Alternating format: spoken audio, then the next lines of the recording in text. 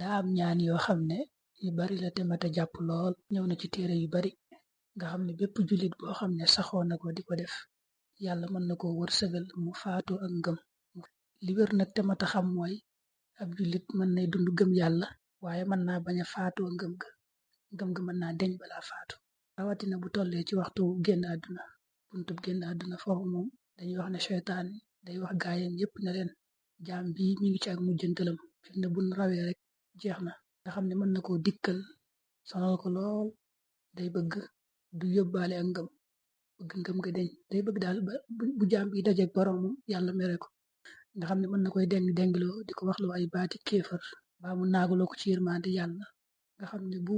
ko yàlla dimbaliwut rek ak ruuxam mën naa génnaale noona. Loolu taxoon gaa yu baax yow daan bari lool lu ñu muslu ci gis seytaane ci waxtu woowa, ba ci ñaan yonent bi danga ko ci fekk wa a'uudu bika min an yataxabbatani sheytaanu indal mawti. Loolu bokk na ci ñaan yonent bi. Borom Tuubaa yi danga ko gis lool ci ay mbindam lu bari, boo demee ci xidma rek am na salaatu goo xam ne yëpp muslu danga ci fekk wa ru'yati sheytaan inda nazr. loolu tax kon lépp loo xam ne rek dangaa digg rek ñu ne dana tax rek yàlla musal la ci loolu ak tax nga faatu ak ngëm, loolu mat naa jàpp mat nay def. Sëñ bi wax na ci silkul jawaahir ne ki nga xam ne jullit bi nga xam ne du sant yàlla ci xéewalu ngëm wala ak it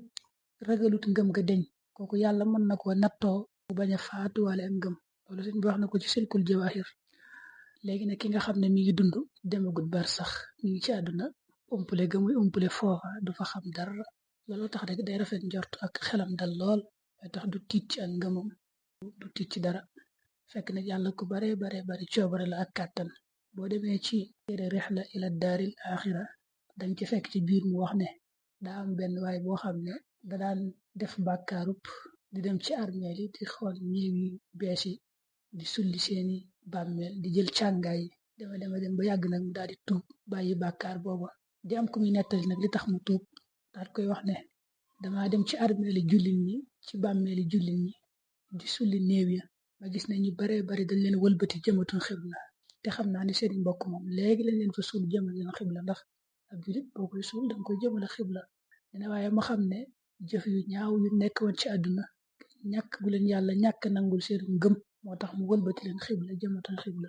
looloo tax ma tuub bàyyi bàkkaar booba. Kon ñaan yi moom mat naa bàyyi xel lool. ñaan gu njëkk yi boo demee ci téere si Shuayb Qurratul Ayn wala Naylul Awtaar wala téere Mujarrabaat Naatul Bidaayaat, téere yu bari danga ko fekk, nga xam ne ak naafila la moom dangay def rek saa yoo jullee timis ba noppi nga julli ñaari rakk bu ci ne nga jàng fatiha benn yoon, ayatul kursi yi benn yoon, inna anzalnaahu benn yoon, qul huwallahu ahad juróom benn yoon, nga teg ci qul a'uudu bi rabbil falaq ak qul a'uudu bi rabbin naas lu ci ne benn yoon. wasamalee nga julli ci yonent bi sallallahu alayhi wa sallam, julli goo def baax na fukki yoon. nga wax ni allahumma inni astawdi'uka diini faxfadhu alayya fi xayaati wa inda wafaati wa ba'da mamaati innaka ala kulli shay'in qadir. ku ko saxal gannaaw ju timis gu ne dana deeyaale ak ngëm. kon nu tàmbalee googu dañ ko bëgg rek di indi benn ndax mu gën a yomba jàpp insha allah.